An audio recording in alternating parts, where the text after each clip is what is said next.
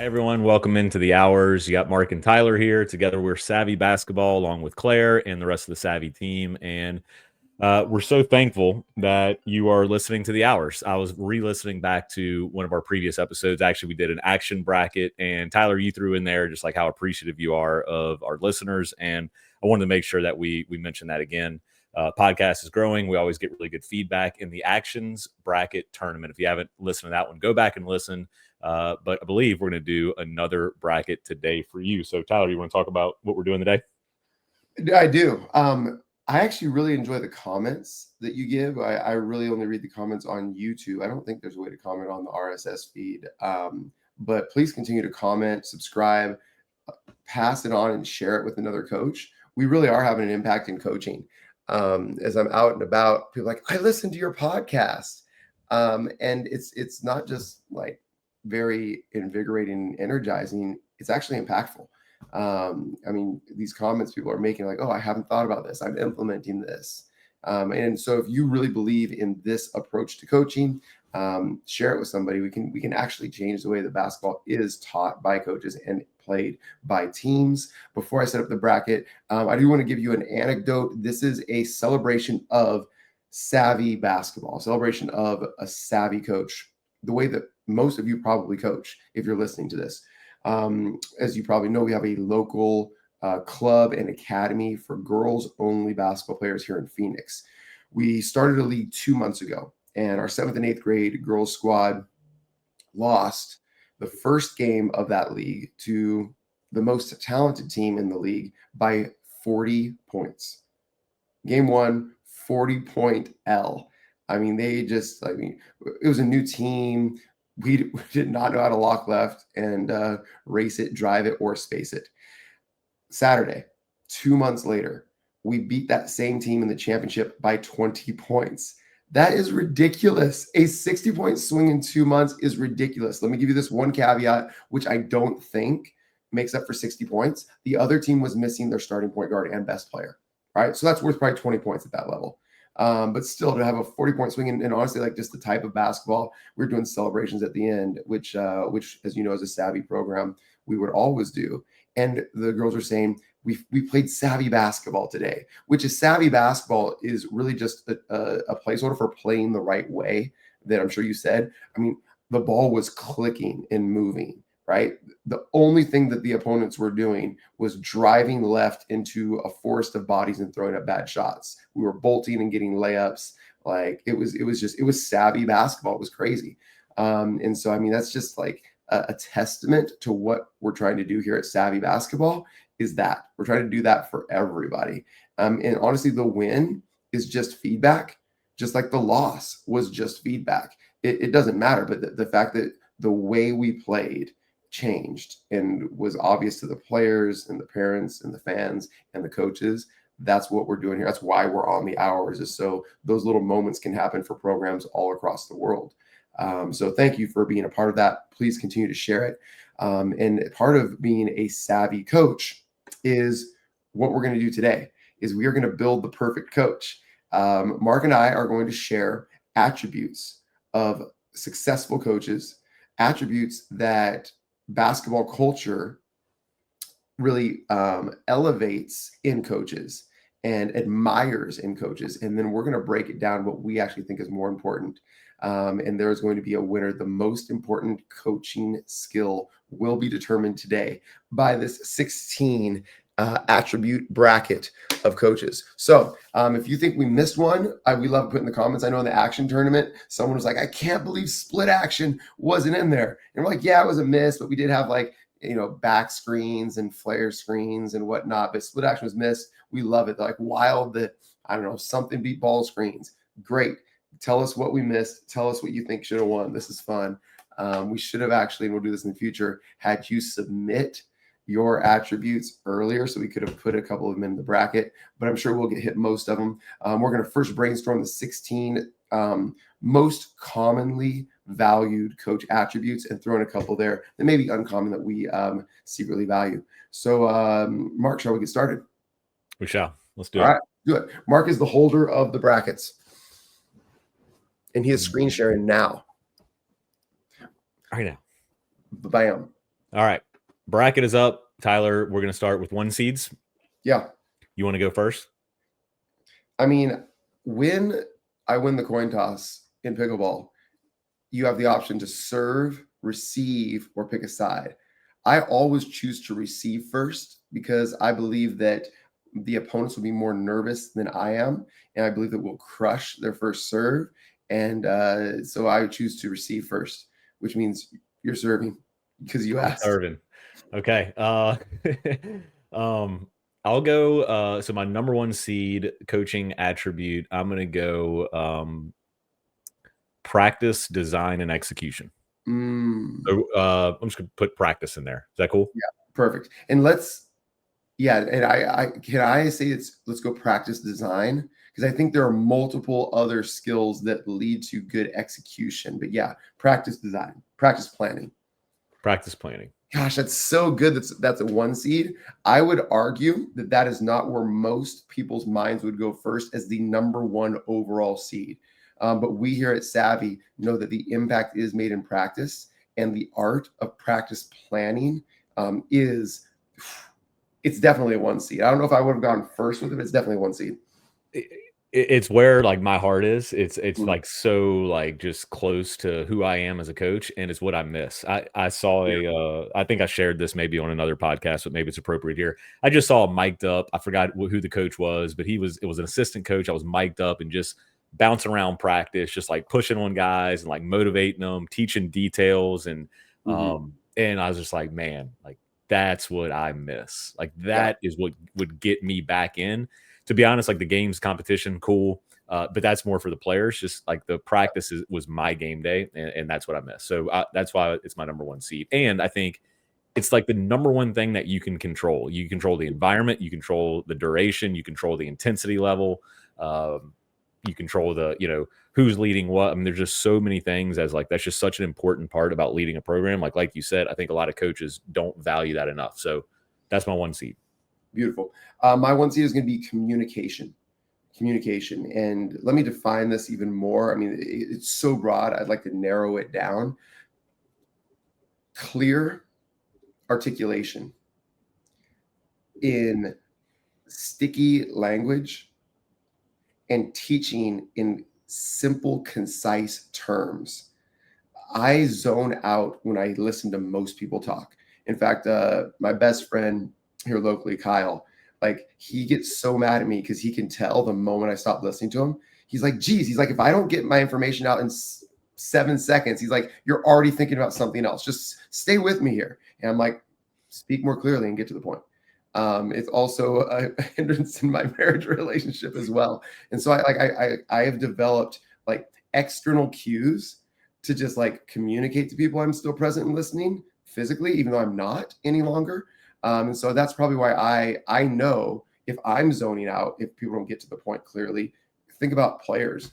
They're zoning out. So clear, concise communication. I was just too long. I'm sorry for having you all zone out there. I apologize. Yeah, I was gonna say I zoned out. What were I you know. what were you I talking know. about? I feel bad. I feel I'm kidding. I was thinking about, we kind of honed in on practice planning. Like, should that be sticky language or should that be 7-second sound bites? But I think communication is good. I okay. think that's good. That's a great number 1 seed as well. I mean, that is, I tell coaches or younger like players if they're getting into coaching, if you're not going to go get a degree in education where you just learn how to, like teach actual like teaching, and because that's so valuable because you're teaching the game of basketball, go get a psychology degree or a communications degree, Mm. and that will serve you more than a sports management degree or something like that. What is sports management? I was gonna say I don't even know. I mean, I guess if you want to be if you're an athletic It feels directors in more your, operational and logistical in nature, not actually teaching and leading a group of people. I guess. Yeah. Yeah, I don't know. I mean, hey, if you have a sports management degree, comment and tell us what you Well, actually learned. okay, And so good friend of mine, Gilbert Abraham, he's now the player development coach for the Portland Trailblazers. We worked together for a long time at PGC, and he said this constantly. He said, if you want to be a doctor, there's a clear path. You want to be a lawyer, there's a clear path. You want to be a basketball coach, there is not a clear path. There's no degree you go get, no, nationally recognized, you know, school or training program that you go to. Really, it's just be one of the 4 coaches on staff for one of the best coaches in the world, and then you have a chance. That's it. So what do you do for the thousands of people in this massive growing industry that more and more money is flooding into? What do? Right? Most people just go there and start training kids, and they're like, I'm a trainer, with no training at all. I mean, it's a massive need. And yet it's also one that most coaches wouldn't value to actually invest in. And it really is one of the things that led me and us, Mark, who started with his own courtside and then joined Savvy, it led us to do what we do because we are the thing. And there's other good ones out there as well. Shout out to all the other great coach development programs and products. I love that you are actually doing things to serve coaches because it is a massive need. So that's what we're doing here. All right. My next number 1 seed is, and tell me if I need to get clear on this, is system design. So building your offensive, defensive, rebounding systems, shot selection systems, being able to design those to where they all complement each other. Yeah. And maybe we can put into that like system, like that you are system and process driven. Yeah. Yeah. And that you prioritize and have that good. All right. I'm going to say high standards.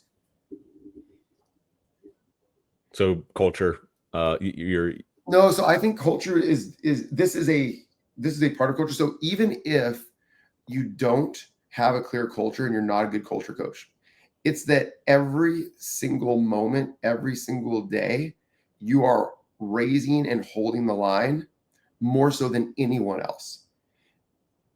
Okay. Got it. Players, with assistants, with parents. It's like it's uncomfortable how often this head coach is calling you out and holding you accountable to high standards in everything. What coach, any sport, is the standard for high standards in your opinion? Like which one comes to mind if you had to put a coach name to this? I think you would be better at this. Mine's not a basketball coach. Nick Saban comes to mind with okay. me. He's just relentless with high standards. Okay, see, I just don't know these things, but that makes sense. I mean, I think you could look at, and here's why it's a 1 seed. I think you could look at, this is just my prediction, any coach in any sport with sustained long-term success, and this is going to be an attribute they have. And that should be a sign of a 1 seed. I'd say Greg Popovich would be an example of this. Yeah. Yeah. That'd be interesting to, he's got a lot of really good, I'm sure Greg Popovich will be all over this board if we could assign attributes to him. Any great coach would be all over this, right? Yeah.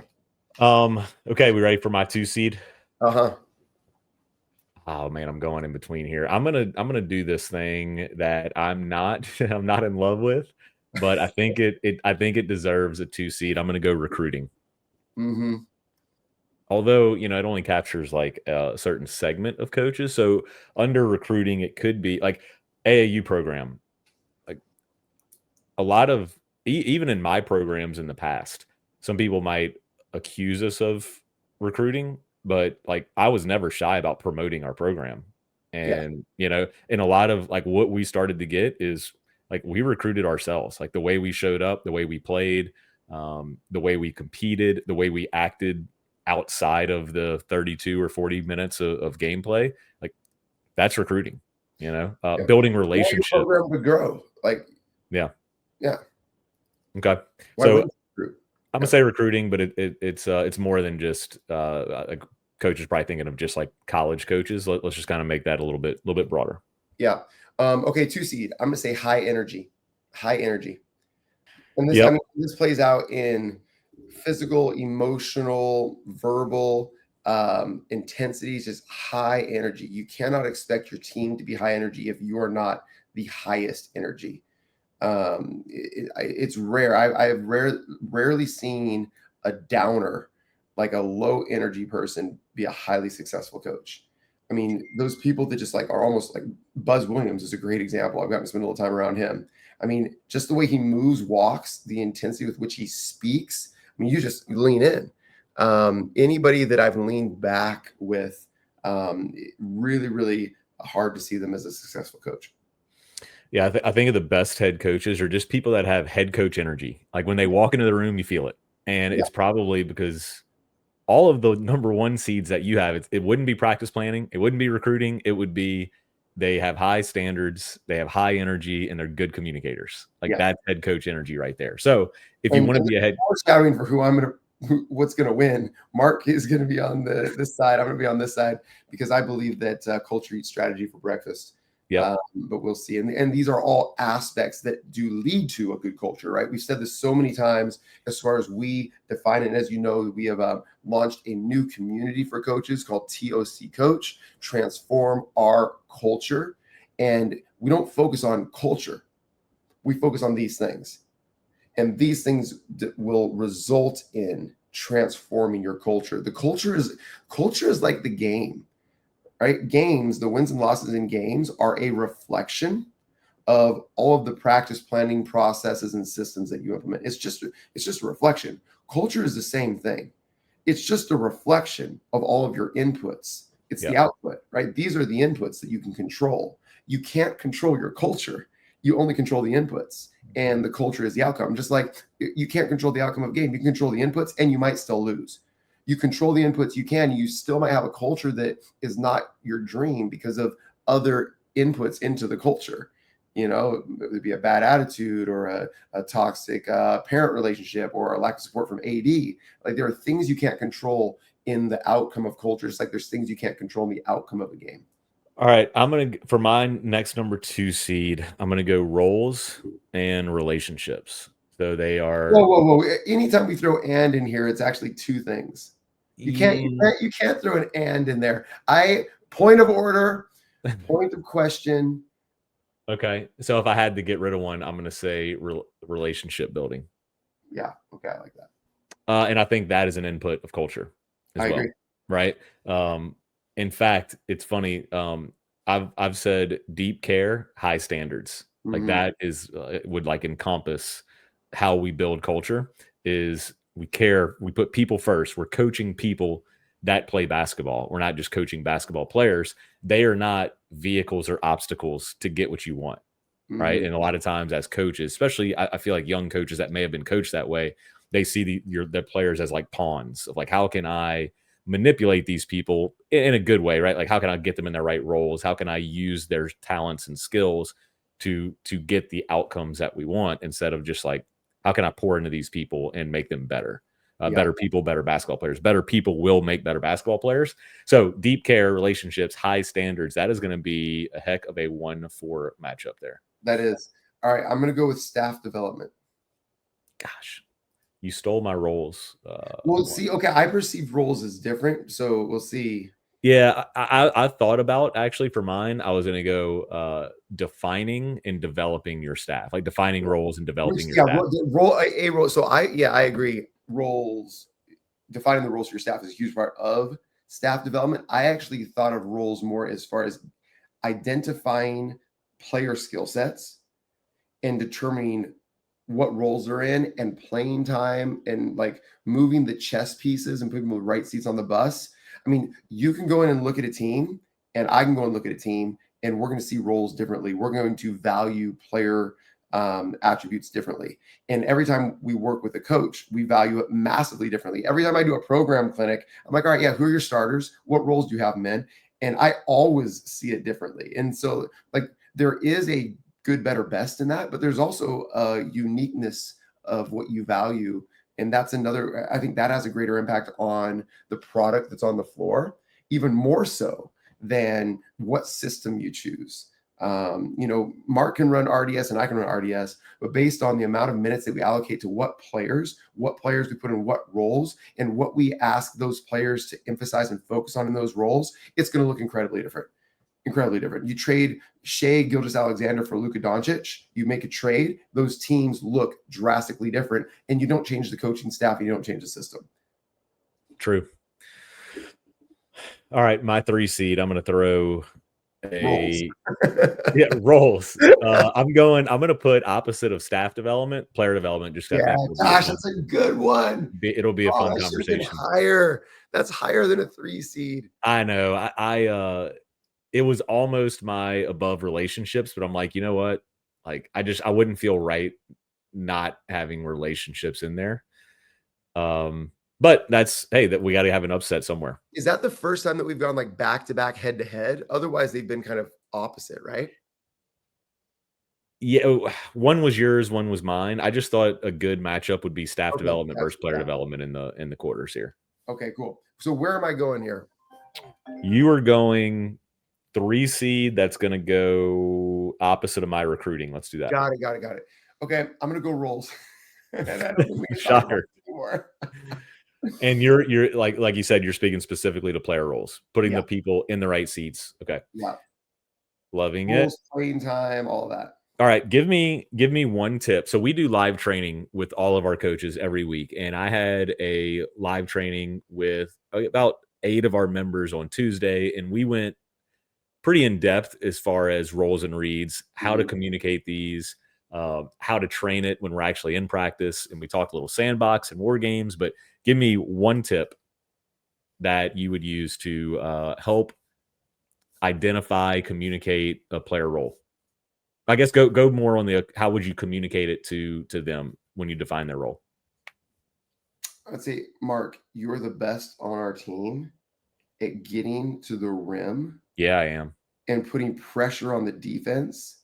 And you must make our opponent show every possession down the floor that they can organize in defensive transition and keep you out of the paint. Be relentless attacking the paint. Never let them off the hook. This is your superpower. And if you're ever too tired to do it, you tell me and I'm getting you out to put you right back in. But the moment you don't put pressure on the defense, you're not serving the team. Quick role play, but I can shoot threes too, right, coach? Yeah, after we hunt nines. We hunt nines first and sevens second. And you need to first knock down the first domino in transition, put pressure on the rim, and then get us into dominoes, and the ball will find you again. Do you have a wall I can run through? All right. All right, is it my turn? 3 seed? Yeah. All right. I'm going opposite. No, I got to go opposite of high energy here. I'm going to go in-game adjustments. Okay. Okay. It was interesting. I just wrote down the last thing I wrote down was in-game adjustments. So our mind, but this is what's interesting. We're like in the final third, we're in the final Yeah. third, final fourth of this first attribute that has been referenced for any in-game coaching. So what's your takeaway from this? Focus a lot less on what you do in-game. I know so many times after a loss, coaches will go home and beat themselves up about specific things that happen in the game that caused them to lose. Stop doing that, right? Everything that impacted the game was done before that ball went. Not everything. The most important things that are going to impact the win and loss were done before the ball went up. Like there might be small points or possessions you can steal here and there, but very rarely does your performance in the game as the coach have very much of an impact. And Yeah. I think we just need to have that perspective as a savvy coach. We used to say the hay is in the barn. Like The hay is in the barn. hay is in the barn. Hay is something that animals eat. Barns are someplace that keep hay dry, and sometimes the animals dry. Yeah, I was gonna say, please don't ask me to break it down any further, other than hey, like we did our job. Like the hay is in the barn. Now we just have to wait for the storm, I guess. Well, I just think it's an imperfect analogy because there's more work to be done.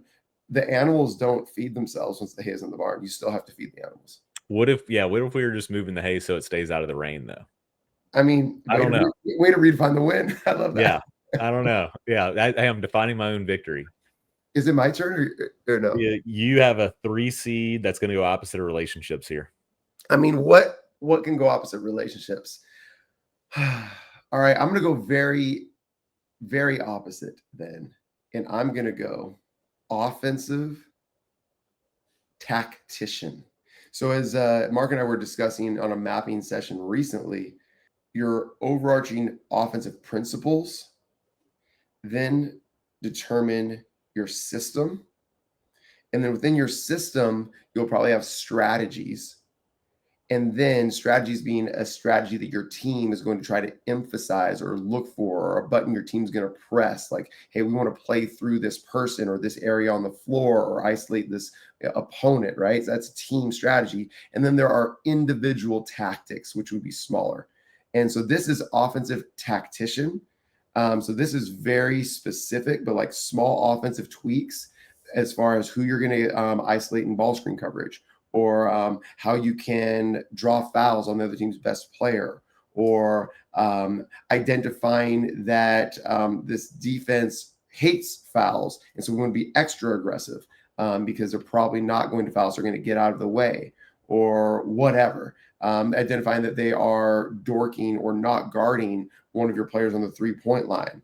And so you're going to actually exploit that by having them go and set lots of ball screens, pass and follow up with the ball screen. So these would be offensive tactics. I'm going to go. All right. Would it be too close to say scouting and game planning? No. Okay. 4 seed, scouting and game planning. Because I think you can scout and game plan. I would say that's more strategy. So a strategy can identify a need for a tactic, but then picking and teaching and getting your team to execute that right tactic, that would fall under, I think, what I just said. So I would say strategy and game planning is higher level and more broad. Yeah. And they're often different skill sets. Yeah, agreed. Like on a larger staff, Mark, as the head coach, might, take a look at the scout and say, here's our strategy, and assign me as one of the assistants, Tyler. I want you to, we want to make sure they're really bad at defending ball screens. So Tyler, I want you to, create 2 to 3 ball screen tweaks and twists that we can implement this week into our base offense. So we have multiple things to throw at them and really press on that tactic that I've identified through this strategy and scouting. Yeah. And I think the real value too in scouting and game planning is most coaches could probably watch film and go live scout and see what they're doing. I think this coach that we're building, or the expert coach, is going to know what they should actually communicate to their team and how they do that. So being able to curate that or limit that information that you give your players. Yeah. All right. You have a let's do 4 seed that's going to go opposite of practice planning. Shooting coach. Like, are you the type of coach that can get players to make more shots quickly? I mean, I am confident in saying I can help players make more shots in 1 hour. I think that's really valuable. If there was like a high, if someone had a lot of budget, pro team, high level D1 coach, I would invest a lot of money in someone like me. Just come in and help players improve their shooting percentage by 2 to 4% over the course of a season. That's wins. Yeah. It is the most important skill in basketball, in my opinion. All right. 4 seed, opposite of high standards. I'm going to say engaging the community. Nice. So partnering with parents, media, boosters, admin, just building community support. I would say that this is going to be easy early round fodder for high standards, but since it's going to lose in the first round, I do want to emphasize how important and valuable this is. And its value is underlined by its scarcity. This is something that most coaches are bad at. You're just bad at it. And it is so important if you're going to build a program. And so if you recognize that you're bad at something, see staff development, you better go find that person that's good at it. And they might not even be any good at coaching basketball. But this is a must-have. It's not more important than standards, in my opinion, but it is a must-have. And that's why it makes the tournament every year.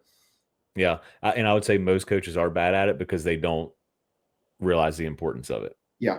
If they realize the importance of it, they would get better at it, just like in-game adjustments or system design or scouting and game planning. Like, if you're a coach listening, like, what have you done in the last 9 months since your season ended to build community support? If the answer is 0 or nothing, you should start right now. Reach out.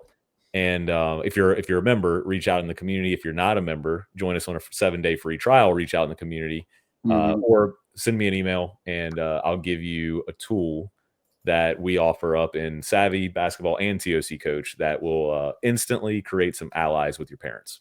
All right, you've got 4 seed opposite of system design, and then the bracket will be complete. Offensive rebounding mastermind. If a team is a good offensive rebounding team, it's because that head coach was intentional about it. Often, like outliers in offensive rebounding do not happen by accident. Yep, agreed. If you look at man, just off if you're a good offensive rebounding team, like you're more physical, you play harder for longer. Like I think the difference between being good and great is getting your team to play harder for 3 seconds Yep. on every possession. Like, can we just complete the possession? We mentioned on the last podcast, I went and did a program clinic with a team here, and every rise of the shot, all 10 players just stopped and looked. And I was just like, hey man, I know we're doing a lot of lock left stuff, but your first shot defense can be really, really good. But if they're getting offensive rebound putbacks, it's all for nothing. Like it's just a whole lot of wasted energy. So really encouraged. And that is the value, like if of the flip side of the coin there is if you really emphasize offensive rebounding, it will make your team a better defensive rebounding team. In fact, that is, gosh, we should do another rebounding webinar. I mean, that is how you develop a better defensive rebounding team is just teach, emphasize, require, play harder for longer, offensive rebounding. That might be an early round upset because I don't want to give it away, but I could be convinced. I could definitely be convinced if it was just rebounding in general. I think it would. Specifics. Okay, fine. Go rebounding in general. You convinced me. We're just setting ourselves up for a. I know we are. All right, Coach, we're going to take a break here, and we're going to make this episode a 2-part. I hope you're enjoying us break down all the attributes of an expert coach. If you've listened this far, I hope you've identified ones that really resonate with you, maybe some of your strengths, but also some of your areas of growth. Tyler, anything you want to say before we end part 1 here? Yeah, for the end of part 1, who's an early favorite to win the whole thing? Answer in the comments right now. I'm excited to see what you have to say. All right. See you in part 2.